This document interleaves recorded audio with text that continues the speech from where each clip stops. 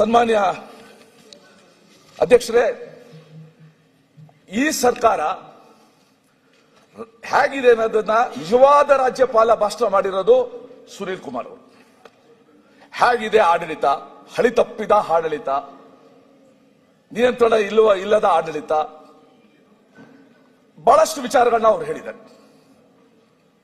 ಈ ಸರ್ಕಾರದ ಅಚೀವ್ಮೆಂಟ್ಸ್ ಕಳೆದ ಒಂದಷ್ಟು ನೋಡಬೇಕು ಅಂದ್ರೆ 2 ಸಂತಿ ಬೆಲೆ ಏರಿಕೆ, ಆಡು ಮುಟ್ಟದ ಸೊಪ್ಪಿಲ್ಲ, ಸಿದ್ದರಾಮಯ್ಯ ಸರ್ಕಾರ ಬೆಲೆ ಏರಿಸದ ವಸ್ತು ಇಲ್ಲ.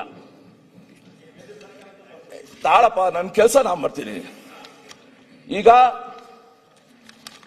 ಹಾಲಿನ ದರ ಏರಿಕೆ ಆಗಿದೆಯಲ್ಲಪ್ಪ, ಜನನ ಮರಣ ಪ್ರಮಾಣ ಪತ್ರದ ಬೆಲೆ, ವಿದ್ಯುತ್ ದರ ಏರಿಕೆ, ಕುಡಿಯುವ ದರದ ಏರಿಕೆ, ಕುಡಿಯುವ ನೀರಿನ ಬಿಬಿಎಂಪಿ ಕಸ ಶುಲ್ಕದ ಏರಿಕೆ, ಬೆಂಗಳೂರಿನಲ್ಲಿ ವಸತಿ ವಾಣಿಜ್ಯ ಕಟ್ಟಡಗಳಿಗೆ ಹೊಸ ದರ, ಬಸ್ ಟಿಕೆಟ್ ದರ,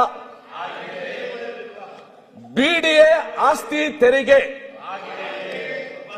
ಡೀಸೆಲ್ ಸೆಸ್, ಅವರ ಅವಧಿಯಲ್ಲಿ ರಿಜಿಸ್ಟ್ರೇಷನ್ ಸೆಸ್,